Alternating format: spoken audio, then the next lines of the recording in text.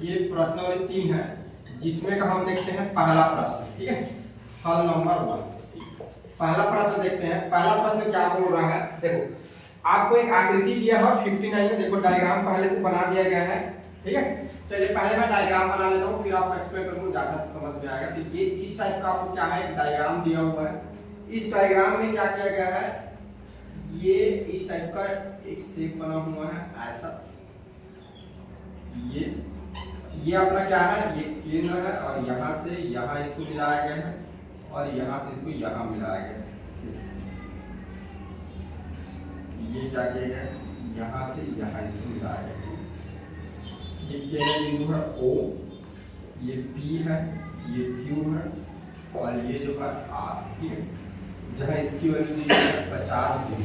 ठीक है, तो चलिए देख पा रहे हैं इस तरह का आकृति जो है आपका प्रश्न नंबर 1 में दिया गया है, जिसमें बताया गया है O क्या है, वृत्त का केंद्र है, PQ क्या है, जीवा है। PQ क्या है, यहाँ पर जीवा है। यदि कोण R, ठीक है, PRQ की वैल्यू जो है 50 हो तो OPQ ज्ञात करना। क्या ज्ञात करना है, OPQ। यानी देखो OPQ कौन सा एंगल है, ये देखो ये वाला एंगल ज्ञात करना, ये छोटा सा एंगल OPQ, ये आपको क्या करनी है, ज्ञात करना। ठीक है, तो चलिए कैसे ज्ञात करेंगे। तो सबसे पहले आप देखिए दिया गया है आपको दो डाटा। ठीक है, तो आपको क्या दिया गया है, एक वृत्त है जिसमें बताया गया है एक वृत्त जिसकी क्या है, जिसकी केंद्र बिंदु, जिसकी केंद्र बिंदु O है। ठीक है, और A से B क्या है, सॉरी P से Q क्या है, P से Q जीवा है, ये आपको बताया गया है। ठीक है, अब देखिए ठीक है, अब आपको क्या करना है, तो आपको वैल्यू फाइंड करना है, तो आपको ज्ञात करना बोल रहा है एंगल किसकी ज्ञात करना है, OPQ की वैल्यू आपको फाइंड करना है, ये वाला आपको वैल्यू निकालना है। ठीक है, देखो कैसे निकालेंगे। सबसे पहले देखो हम जानते हैं कि ये क्या जानते हैं कि एक वृत्त में, ठीक है, एक वृत्त में एक चाप द्वारा केंद्र पर अंतरित कोण परिधि पर अंतरित कोण का दुगुना होता है। ठीक है, दुगुना होता है, ये अपने को मालूम है। ठीक है, अब देखिए यहाँ पर क्या हो जाएगा, जहां क्या है PQ एक चाप, क्या है जी, चाप। अगर मैं बात करूं, देखो PQ जीवा है, ये अपने को दिया हुआ प्रश्न में, लेकिन अगर मैं यहां से अगर इस परिधि पर चलूं तो ये P से Q मेरा क्या हो जाएगा, P से Q हो जाएगा मेरा क्या था, इसको थोड़ा सा मोटा लाइन पे कर देता हूं, एक और नीली लाइन से, ये देखो हल्का उभार दे रहा हूं ये, तो PQ क्या हो गया, हमारा चाप हो गया।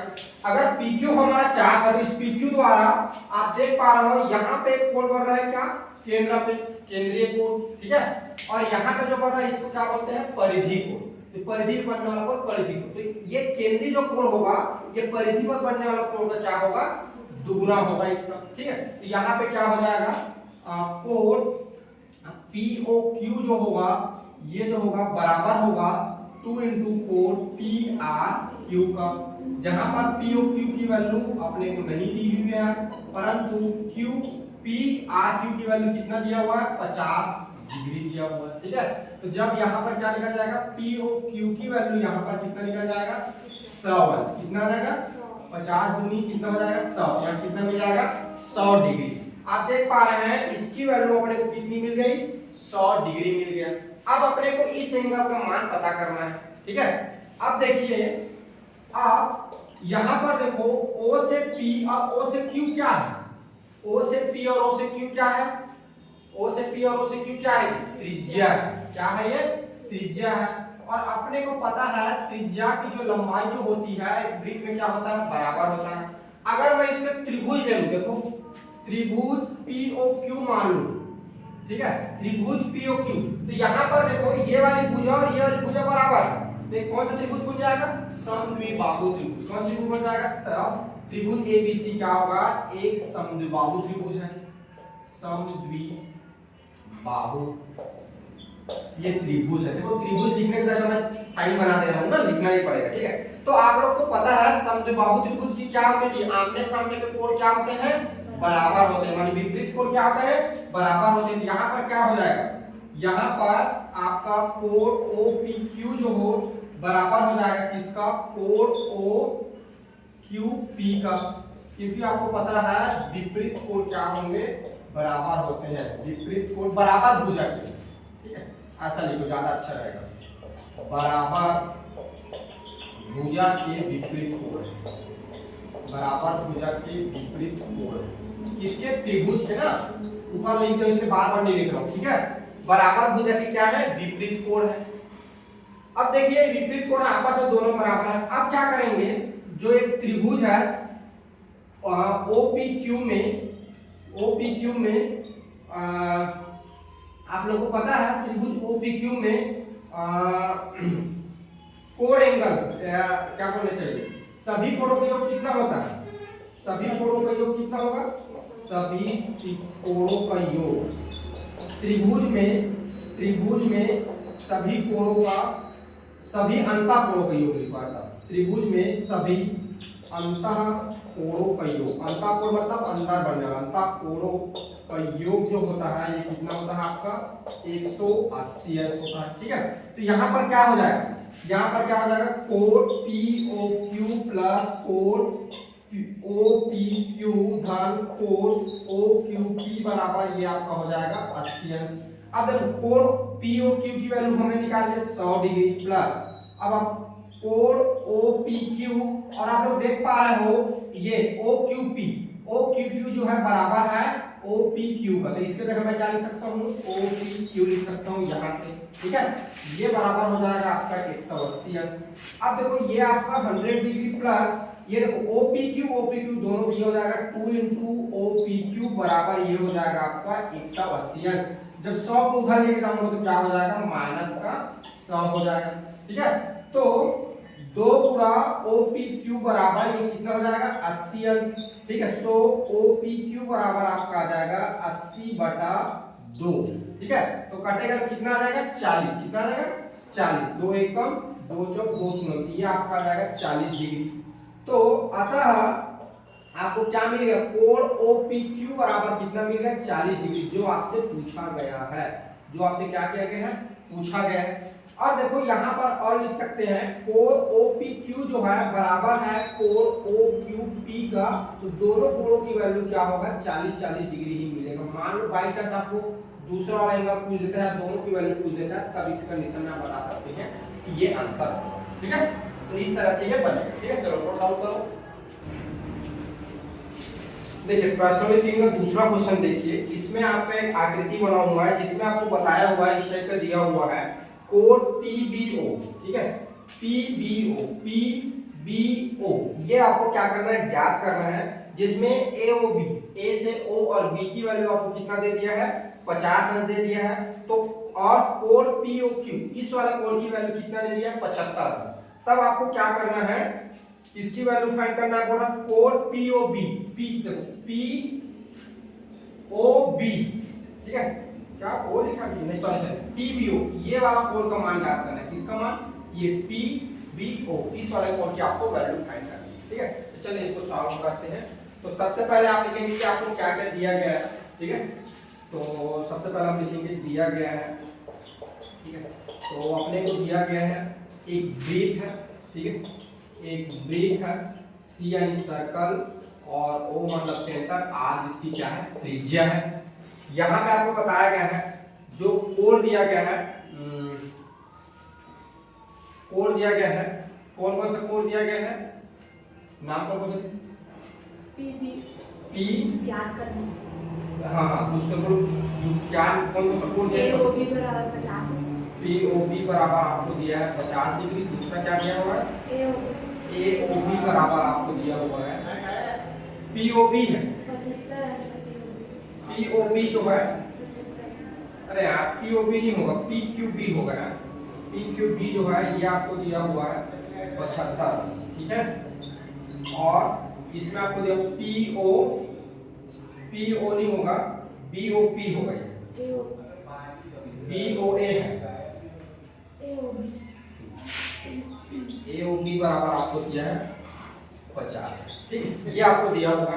तब आपको क्या निकालना है, कोण पी बी ओ बी जो है इसकी वैल्यू आपको क्या करनी है, ज्ञात करना है, ठीक है।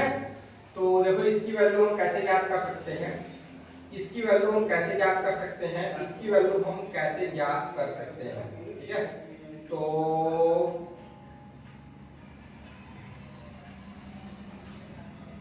यहां पर अगर हम देखें तो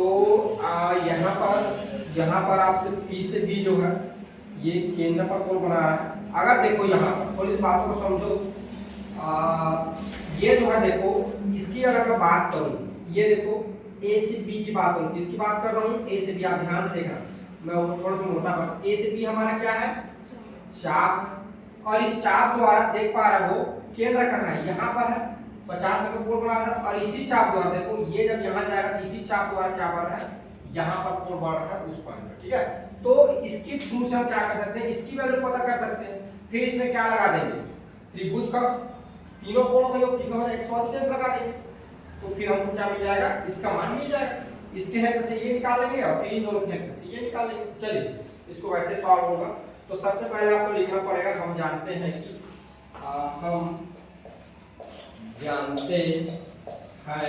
कि क्या लिखोगे, एक वृत्त के एक चाप द्वारा, ठीक है, चाप द्वारा बनाया गया, चाप द्वारा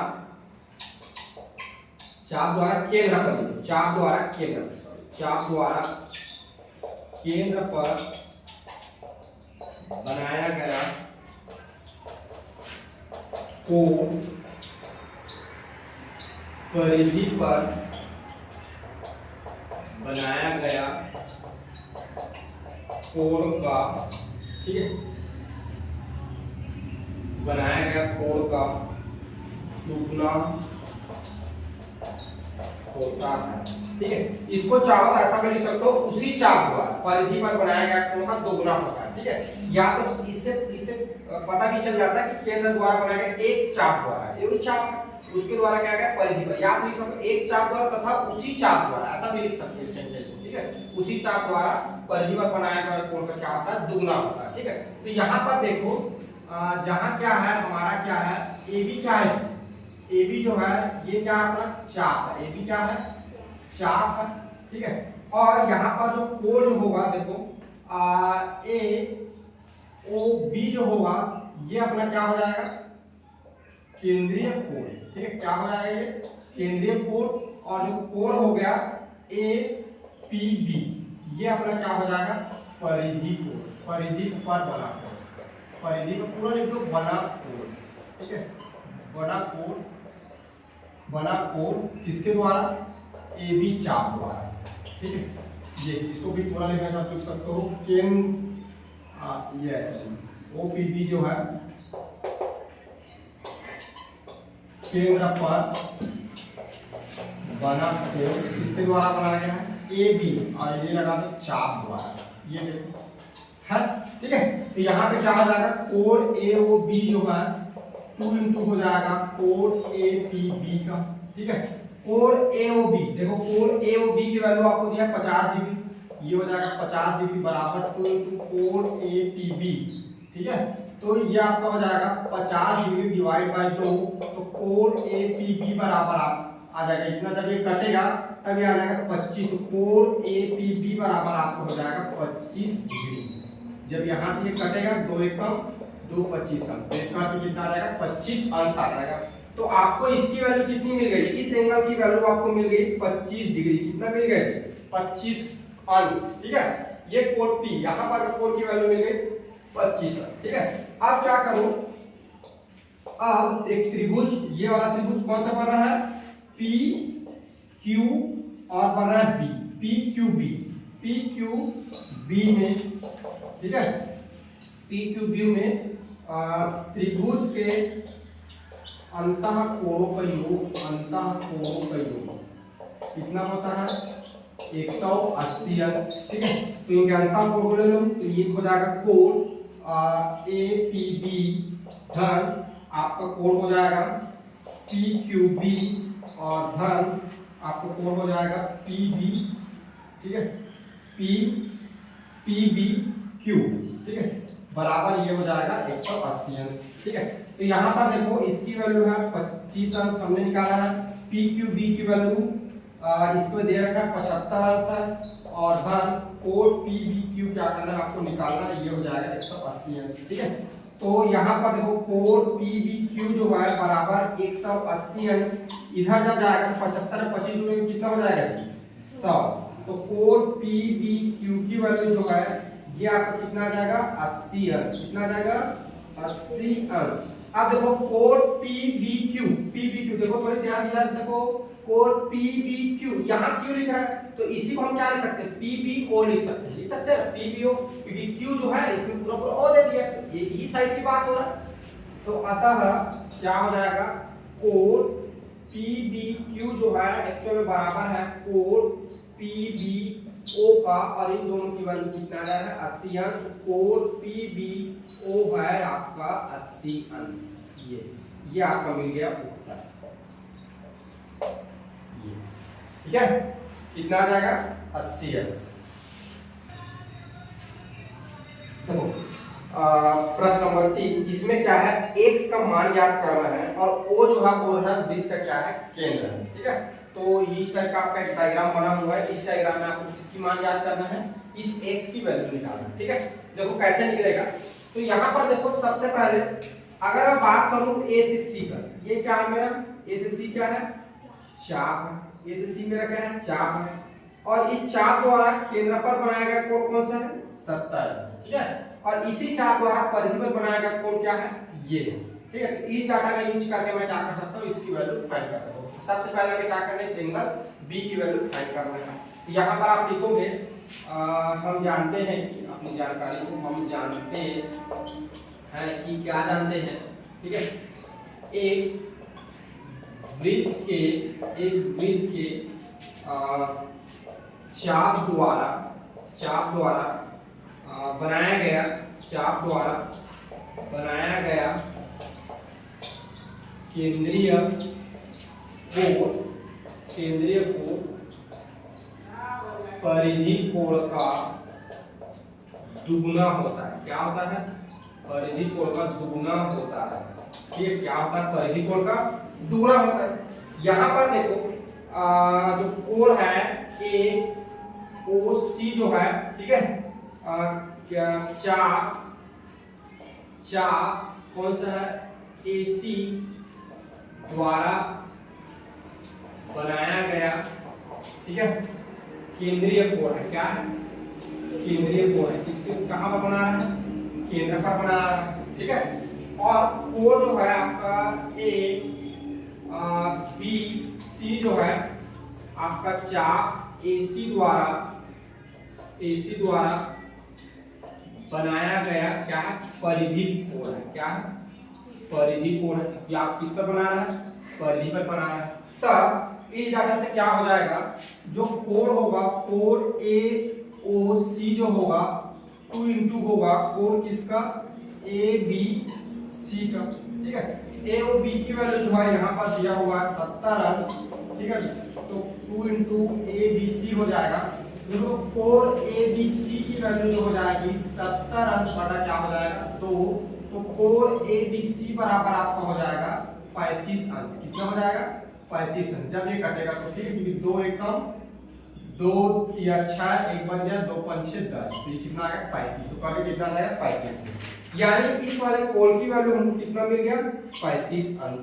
ठीक है, अब देखिए पुनः एक बात सुनिए, चूंकि आप देख पा रहे हो कि O से जो B जो है, ठीक है, और O से C जो है ये क्या है वृत्त की क्या है त्रिज्या। क्या है वृत्त की क्या है त्रिज्याएं हैं दोनों की दोनों।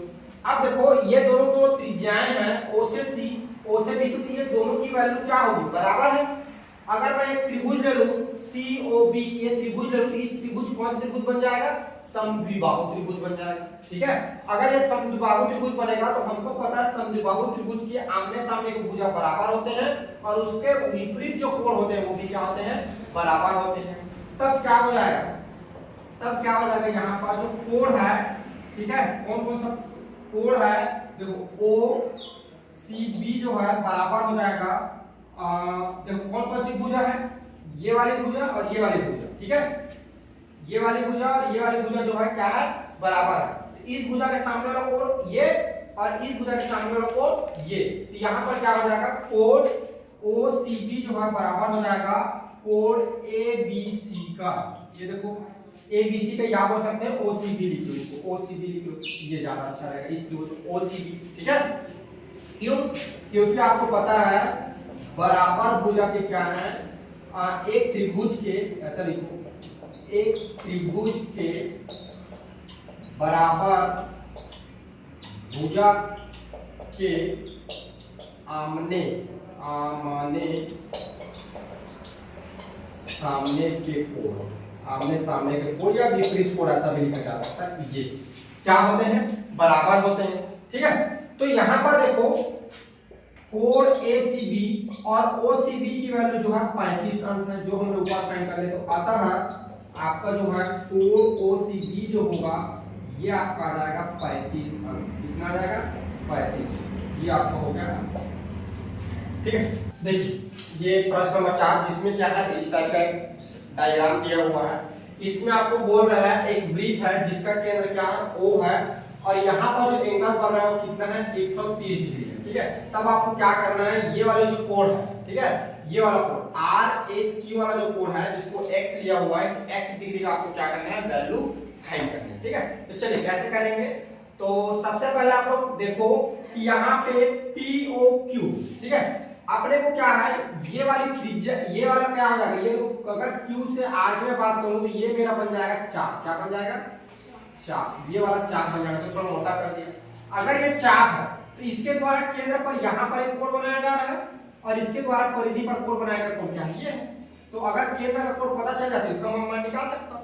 तो पहले मुझे क्या करना होगा? केंद्र का मान निकालना होगा। ठीक है, तो देखो यहाँ पर POQ, ठीक है, POQ एक क्या है?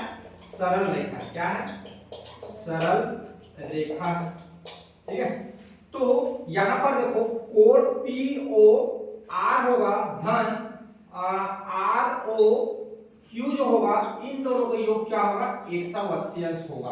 ठीक है, क्योंकि आप लोगों को पता है सरल रेखा क्या होता है? 180 अंश का होता है। सरल रेखा में जितने भी अंश का कोण बनेगा ये कितना होता है? 180 अंश का होता है। ठीक है, तो हालांकि यहाँ पे POQ क्या है? ये वृत्त का क्या व्यास है, लेकिन व्यास होने के साथ साथ तो क्या है? एक सीधी लाइन है, स्ट्रेट लाइन है, सरल रेखा है। तो यहाँ पर कोण और यहाँ पर कोण, इन दोनों कोणों को जोड़ेंगे तो क्या हो जाएगा? 180 अंश के बराबर होगा। ठीक है, तो यहाँ पर देखो POR जो है ये आपको दे रहा है 130 अंश धन कोण ROQ जो है ये हो जाएगा 180 अंश। तो यहाँ से कोण ROQ जब फाइंड करेंगे तो ये हो जाएगा 180 अंश माइनस आपको कितना हो जाएगा? 130 अंश।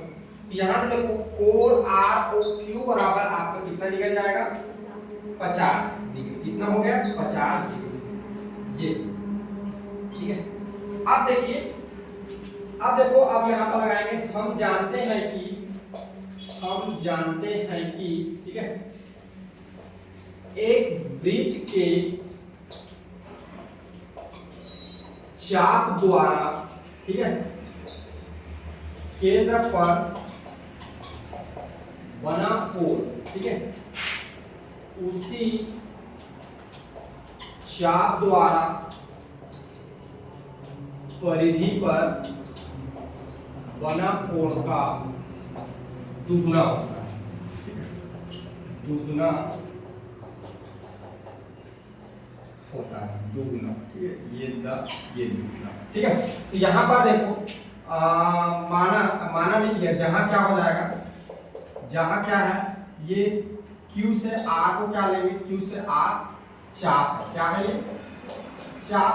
ठीक है, तो यहाँ पर देखो ये कोण क्या हो जाएगा? ROQ, ठीक है, जो क्या है केंद्रीय कोण है, कहां पर है केंद्रीय कोण क्यू आर, चाप क्यू आर द्वारा बनाया गया है। ठीक है, और दूसरा देखो कोण जो है ये आर एस क्यू जो है ये क्या है परिधि कोण है, क्या है परिधि कोण है, जो क्या है क्यू आर चाप द्वारा बनाया गया है। चाप को ऐसे क्यू कैसे उसपे टोपी लगाते हैं ना ऐसा, ठीक है, क्यू आर द्वारा बनाया गया है, बनाया गया। ये देखिए तब क्या हो जाएगा कोण आर और क्यू जो हो जाएगा बराबर हो जाएगा 2 इंटू कोण आर एस क्यू का। ठीक है, अब देखो आर ओ क्यू की वैल्यू मैंने कितना निकाल लिया 50 अंश। ठीक है, ये हो जाएगा 50 अंश बराबर कोण, यहाँ पर देखो आर एस क्यू की वैल्यू कितना दिया है, कोण आर एस क्यू की वैल्यू क्या लिया यहाँ पे 1 अंश, कितना दिया हुआ है 1 अंश लिया हुआ है। तो 1 अंश बराबर क्या हो जाएगा 50/2 हो जाएगा, कटेगा 2 एकम 2 दूनी 2 पंचे 10, कितना आ जाएगा 25। तो x डिग्री बराबर आपका आ जाएगा 25 अंश, कितना आ जाएगा 25 अंश। तो यहाँ पर आपका उत्तर हो जाएगा 1 अंश की वैल्यू पूछा हुआ है जो कि आपको मिल रहा है 25 अंश, और ये आपको क्या हो जाएगा उत्तर हो जाएगा। देखिए अब हम देखते हैं आपके प्रश्नावली का 5वां क्वेश्चन, जिसमें आपको दे रहा है प्रश्न को पहले समझते हैं कि एक्चुअल में हमको क्या दिया है। तो आपको बोल रहा है ओ जो है एक सर्कल दिया है, वृत्त दिया है, उसका क्या है केंद्र है। ठीक है, इसमें क्या करना है एक वैल्यू, ये 2 वैल्यू आपको दे दी, हालांकि प्रश्न में नहीं लिखा लेकिन डायग्राम में बताया हुआ है, और एक वैल्यू जो है ये x डिग्री, इसको आपको क्या करना है ज्ञात करना है इसकी वैल्यू क्या होगी। अब इसको समझो x डिग्री एक्चुअल में है क्या, एक्चुअल में क्या है ये कोण b है, टोटल क्या है कोण b है, तो अपने को क्या निकालना है कोण b का मान निकालना है। ठीक है, चलिए तो सबसे पहले अपने को जो दिया रहता है उसको लिखेंगे। तो दिया गया है एक आपको वृत्त दिया गया है, एक वृत्त COR, ठीक है, और जिसमें क्या है आपको बता दिया गया है कोण बता दिया गया है, कोण BAC की जो वैल्यू है 60 अंश दिया गया है, और दूसरा आप देख पा रहे हो कोण ADB की जो वैल्यू है ये आपको 45 अंश दे रहा है। ठीक है, तब आपको बोला है, तब आपको क्या करना है x का मान ज्ञात करना है, यानी x एक्चुअल में क्या है, x एक्चुअल में पूरा कोण B है, क्या है कोण B है, तो ये x डिग्री कोण B, इसका हमको क्या करना है मान ज्ञात करना है। अब देखिए इसका कैसे मान ज्ञात कर सकते हैं।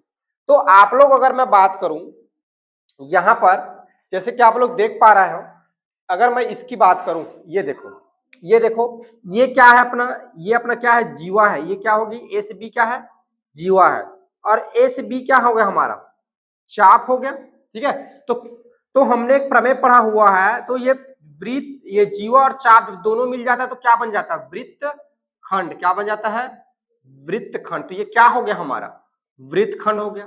ठीक है, और प्रमेय हमने पढ़ा हुआ है, प्रमेय नंबर कौन सा, प्रमेय नंबर 7। ठीक है, क्या पढ़ा हुआ है कि एक वृत्त के वृत्त खंड द्वारा उसके परिधि पर बनाया गया कोण क्या होते हैं बराबर होते हैं। इसका कहने का मतलब ये वृत्तखंड द्वारा यहाँ पे जो कोण बनाया जा रहा है और यहाँ पे जो कोण बनाया जाएगा, दोनों कोण क्या होगा आपस में बराबर होगा। ठीक है, तो यहाँ पर लिखेंगे हम जानते हैं कि क्या जानते हो कि यहाँ पर जो कोण होगा A, ठीक है, कोण कौन सा होगा ADB जो होगा इज इक्वल आपका कोण ACB के इक्वल होगा। क्यों, क्योंकि आपको पता है ये क्या है एक ही वृत्तखंड, ठीक है, एक ही वृत्तखंड द्वारा बनाया गया कोण है, क्या है एक ही वृत्तखंड द्वारा बनाया गया कोण है, और हम जानते हैं एक ही वृत्तखंड द्वारा बनाया गया कोण क्या होता है इक्वल होता है। तो इसका कहने का मतलब देखो कोण ADB बराबर हो रहा है कोण ACB, ये दोनों की वैल्यू कितनी हो जाएगी 45 अंश। तो यहाँ पर जो है ये कोण C, इसका मान अपने को कितना मिल जाएगा 45 अंश। अब आप देख पा रहे हो, अब हम क्या करेंगे त्रिभुज देखो ये ABC एक त्रिभुज बन रहा है ABC में, ठीक है, त्रिभुज ABC में हम क्या जानते हैं त्रिभुज के तीनों कोणों का योग कितना होता है 180 अंश। तो लगा दो क्या हो जाएगा कोण का अपना नाम लिख देते हैं BAC प्लस कोण ए सी बी प्लस कोण इसको लिख सी बी ए, इन तीनों कोणों का योग क्या होगा 180 होगा। ठीक है, ये क्या है जी, अंतः कोणों का योग है, योग त्रिभुज के अंतः कोण। ठीक है, अंतः कोण, अंतः कोण का क्या है, योग है, योग त्रिभुज के अंतः कोण, माने त्रिभुज के अंतः कोणों का क्या है, ये योग है। हमको पता है कितना होता है 180 अंश। बी ए सी, बी ए सी, बी ए सी इसकी वैल्यू है 60 डिग्री। ठीक है, कोण ए सी बी, ए सी बी की वैल्यू हमने निकाल लिया 45 अंश बराबर, सॉरी प्लस अपने को देखो इस वाले कोण को, ये वाला जो कोण है इसको हम लोग डायरेक्ट बी लिख सकते हैं शॉर्टकट में। ठीक है, सी ए बी को बी लिख सकते हैं और ये हो जाएगा अपना 180 अंश।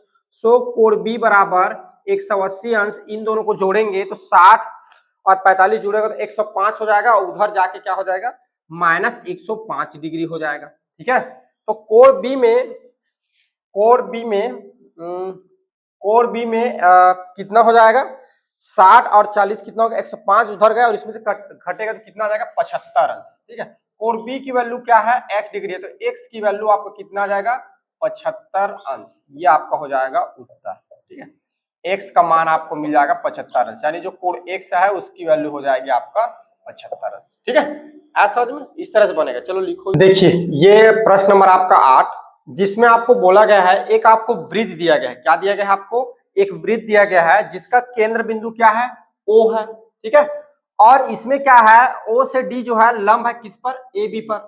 इसका कहने का मतलब ये इस पर लंब है, यानी क्या करेगा लंब समद्विभाजक होगा, इसको क्या करेगा दो बराबर भागों में विभक्त करेगा। दूसरा आपको बोल रहा है कि O से D जो है 5 सेंटीमीटर दिया गया है, तब आपको A से C का मान निकालना है। ठीक है, अब कैसे निकालेंगे देखो, तो आप लोग को दिख रहा है यहाँ पे दो त्रिभुज बन रहा है, एक त्रिभुजीय एक त्रिभुजीय, ये मतलब ये बड़ा त्रिभुज किसके साथ ए बी सी, ये पूरा पूरा, और ये छोटा वाला ओ डी बी, ये दो त्रिभुज बन रहा है। इन दोनों त्रिभुज में अगर हम समरूपता प्रूफ कर दें तो हमको क्या है, इसका मान दिया गया, किसका मान दिया गया है ओ से डी, इसकी वैल्यू दी गई है, तो इसके अनुपात में क्या आ जाएगा, ये आ जाएगा। तो अपने को क्या करना है, सबसे पहले दोनों को समरूप सिद्ध करना है। ठीक है, क्या करना है, समरूप सिद्ध करना है। अब चूंकि देखो आपको दिया गया है ओडी ओडी लंब है ए बी पर, क्या है जी ओडी लंब है ए बी पर, इसका कहने मतलब यहां पर कितने अंश का कोण बनेगा 90 अंश का, यानी मैं कोण ओडीबी की बात करूं तो ये क्या हो जाएगा 90 अंश हो जाएगा। ठीक है, दूसरा देखो अगर ये ओडी इस पर लंब है, यानी ओडी क्या होगा, ओडी क्या होगा लंब समद्विभाजक होगा, लंब समद्विभाजक है। ठीक है, ओडी जो है ए बी का ना, ओडी ए बी का क्या है लंब समद्विभाजक है। इसका कहने का मतलब क्या जी, ओडी जो है ए बी का लंब समद्विभाजक, कहने का मतलब ए से डी जो होगा बराबर होगा डी से बी का, और पूरे का बराबर AD बटा 2 होगा। आया आपको बात समझ में? ठीक है, अब देखिए थोड़ा सा ध्यान दीजिए इधर, इस कोण की बात करूं कोण ए, तो अगर मैं O से B की बात करूं तो आप लोग देख पा रहे हो O से B वाली जो लाइन है ये केंद्र बिंदु से होकर जा रहा है, सेंटर से। अब हमको पता है कि परिधि पर स्थित दो बिंदु को मिलाने वाला लाइन जो केंद्र से होकर जाती है उसको क्या बोलते हैं हम लोग, व्यास। ठीक है, और देख पा रहा हो ये व्यास है, तो इस व्यास द्वारा यहाँ पर क्या बनाया जा रहा है, कोण बनाया जा रहा है। तो हमको पता है व्यास द्वारा बनाया गया कोण क्या होता है 90 अंश का होता है, ये हमने प्रमेय पढ़ा हुआ है, तो उस प्रमेय से कितना हो जाएगा इसकी वैल्यू 90 अंश हो जाएगा। ठीक है, खैर लिखने की जरूरत नहीं है। तो चूंकि कोण जो होगा आपका BAC जो होगा ये 90 अंश होगा, क्यों होगा आप लिख सकते हो व्यास। ठीक है, व्यास जो है BC द्वारा क्या है बनाया गया कोण है, ठीक है, और हमको पता है व्यास द्वारा बनाया गया कोण कितने अंश का होता है 90 अंश का होता है। ठीक है, अब चलिए अब हम चलते हैं दोनों त्रिभुज को लेते हैं। अब त्रिभुज आपका बड़ा वाला त्रिभुज को पहले तो उसको नाम लेते हैं BAC, और दूसरा जो त्रिभुज है आपका त्रिभुज BDO में। ठीक है, दोनों में देखो तो आप देख पा रहे हो इसमें कोण BAC जो होगा बराबर होगा इसमें का कोण ODB का, ये दोनों जो हो रहा है कितना हो रहा है 90 अंश है, दोनों कितना है जी 90 अंश है, दोनों दोनों कितना है 90 अंश है, दोनों बराबर है। दूसरा देख पा रहे हो कोण ए जो है दोनों में आ रहा है कि नहीं आ रहा है, कोण सॉरी कोण बी क्या है दोनों में आ रहा है, तो कोण बी बराबर कोण बी ये दोनों में आ रहा है। कैसा कोण है उभय उभयनिष्ठ उभयनिष्ठ कोण उभयनिष्ठ कोण है, ये देख पा रहा हूं। अब आप लोग को पता है समरूपता प्रमेय से जब त्रिभुज के दो त्रिभुज के संगत कोण जब बराबर हो जाते हैं तो क्या होता है वो त्रिभुज समरूप होता है। ठीक है, कोण कोण समरूपता प्रमेय से। तो अतः क्या हो जाएगा जो आपका त्रिभुज है कौन सा बी ए सी बड़ा वाला त्रिभुज समरूप होगा त्रिभुज छोटा वाला त्रिभुज कौन सा है बी डी ओ में। ठीक है, कौन से प्रमेय से ए समरूपता समरूपता प्रमेय से ए समरूपता प्रमेय से। अब देखिए अब हमको पता है जब त्रिभुज समरूप होते हैं तो उनकी संगत भुजाएं क्या होती है जी अनुपात बराबर होता है। संगत भुजाओं का अनुपात क्या होता है बराबर होता है। तो यहां से क्या हो जाएगा देखिए बड़ा वाला त्रिभुज डी से ए, ठीक है बड़ा वाला त्रिभुज क्या दिया हुआ है डी से, बड़ा वाला त्रिभुज डी से लिखता हूं जी ए बी से ए, बड़ा वाला त्रिभुज क्या हो जाएगा बी से ए। ठीक है, बी से ए डिवाइड बाई बी से डी बराबर होगा, इसकी अगर बात करूं तो डी से ओ ए से बी बराबर ये हो जाएगा। इसमें देखो ओ से बी सॉरी अरे गलत लिख दिया, क्या गलत लिख दिया मैंने, गलत लिख दिया। बड़ा वाला त्रिभुज पहले ले रहा हूं तो पहला रहेगा ना ए बी, नीचे में आपका रहेगा डी ओ। ठीक है, उसके बाद बड़ा वाला त्रिभुज कौन सा है सी बी डिवाइड बाय उसके बाद क्या रहेगा छोटा वाला त्रिभुज ओ बी।